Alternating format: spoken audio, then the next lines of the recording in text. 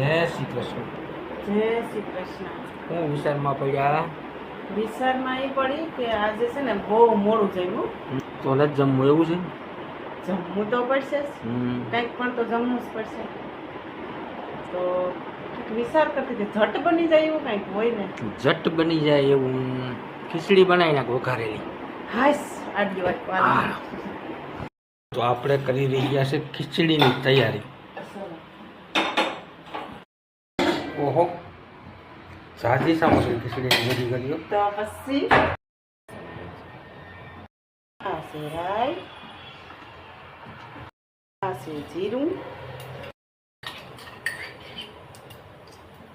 આ બે મસાલા તેલ,